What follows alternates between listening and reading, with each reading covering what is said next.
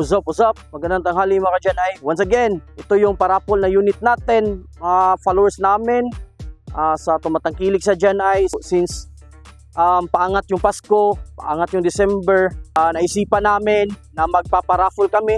Yung raffle namin, mag-abang lang kayo kung kailan yung draw. Sa gustong mag-avail sa paraffle namin, PM lang kayo sa Gen-I raffle page namin. 300 pesos per slot guys. So sa first to 30 draw, consolation yan 1,000. Tapos from 31 to 34, consolation price is 5,000. Tapos sa 35 draw is 10,000 pesos. Tapos the final draw is the 36 draw is yung unit na natin guys. Sa nagtatanong kung saan pwede magbayad, pwede tayong magbayad sa 2 GCash or sa bank account namin, na kung mag-PM kayo sa page, magbibigay kami ng account number doon. For natin makakalimutan, flex muna natin yung unit, isa-isahin natin yung parapol natin guys. So the specs of the unit, DE17W 4x4 RO6E engine turbo. So as you can see, the color of the unit is white, pearl white. Tapos yung headlight guys, very rare kasi in order ko pa to galing Japan. Umabot ng almost 50,000 yung ganitong headlight lang. Tapos meron tayong mga modification. As usual, yung Gen-I bumper natin, di yan mawawala. At the same time guys, mas maganda yung ganitong unit din kasi mas malakas din siya yung engine, tapos malaki din yung kaha din sa loob. I-check natin kung ano bang iba't ibang kinabit sa unit. So naka 15 inches rims. Tapos naka stainless set, naka chrome door handle. Then i-check natin dito sa loob. Yung nilagay natin, meron tayong dashcam, meron tayong Android na 9 inches, meron tayong temp gauge, at saka meron din tayong RPM gauge. At the same time, meron turbo timer.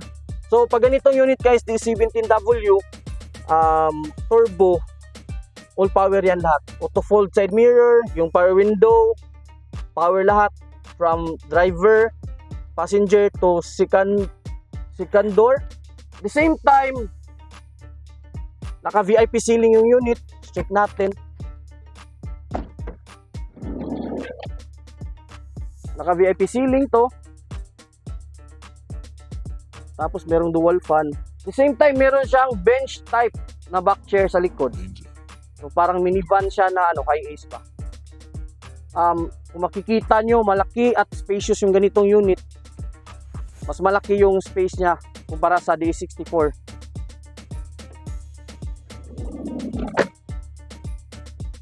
Tapos naka-spoiler tayo sa DE17.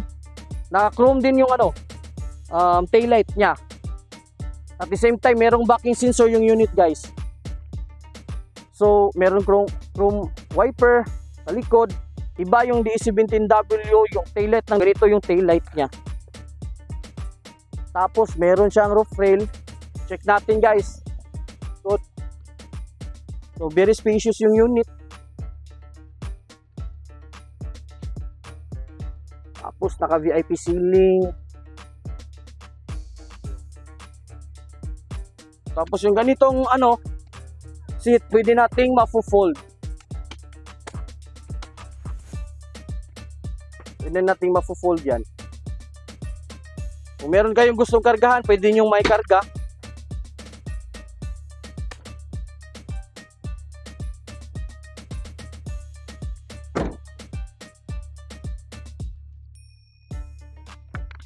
So very spacious yung ganitong unit guys.